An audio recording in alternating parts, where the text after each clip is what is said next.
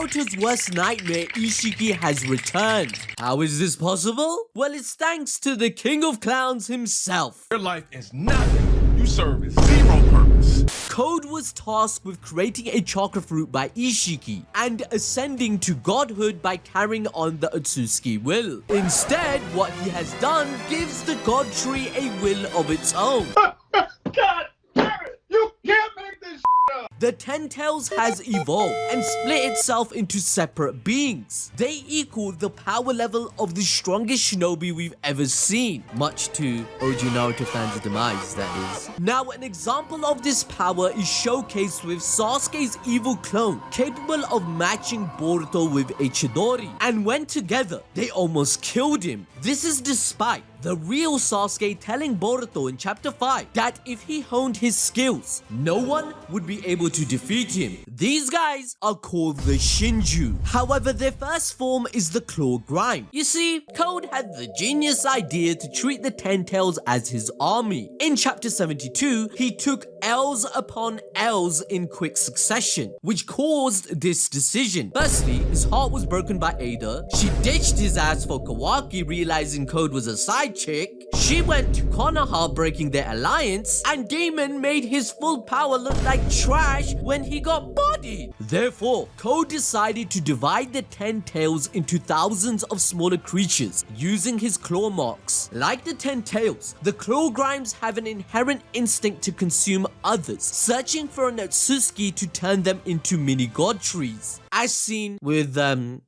my god, I have to say it, with our boy Sasuke, man. I'm still not over it. They ask you how you are, and you just have to say that you're fine when you're not really fine. But since Code is an idiot and only viewed these monsters as his tools, he blindly looked away from what was happening behind the scenes. Their evolution. This is the future Boruto saw using Momoshiki's foresight ability. Everyone, including Naruto and Sasuke, will be dead against their uprising. In just a couple of years of their conception, they gained the Rinnegan and even their sentience, where they began to speak. But these Claw Grimes are just a stepping stone to a higher power. Those unlucky enough to be turned into a tree are then cloned. Using the chakra of the original body, a new entity called the Shinju is born, possessing the same skill set as the original. This is very similar to Kashin Koji, a scientific clone of Jiraiya, made by Amado, whom possesses the same jutsu, although at a higher level. He made the same mistake of trying to clone his daughter Delta. When he did this, she was a stranger to him, and nothing felt the same. Kishimoto is using Boruto's story to represent the advancement of technology and how in the wrong hands, it can bring doom to humanity. In Shinju's eyes, Code's downfall was the pain he felt from losing Isshiki and then Ada, the people he loved. His sense of loneliness drove him into a corner of desperation, and the Ten Tails see that as weak.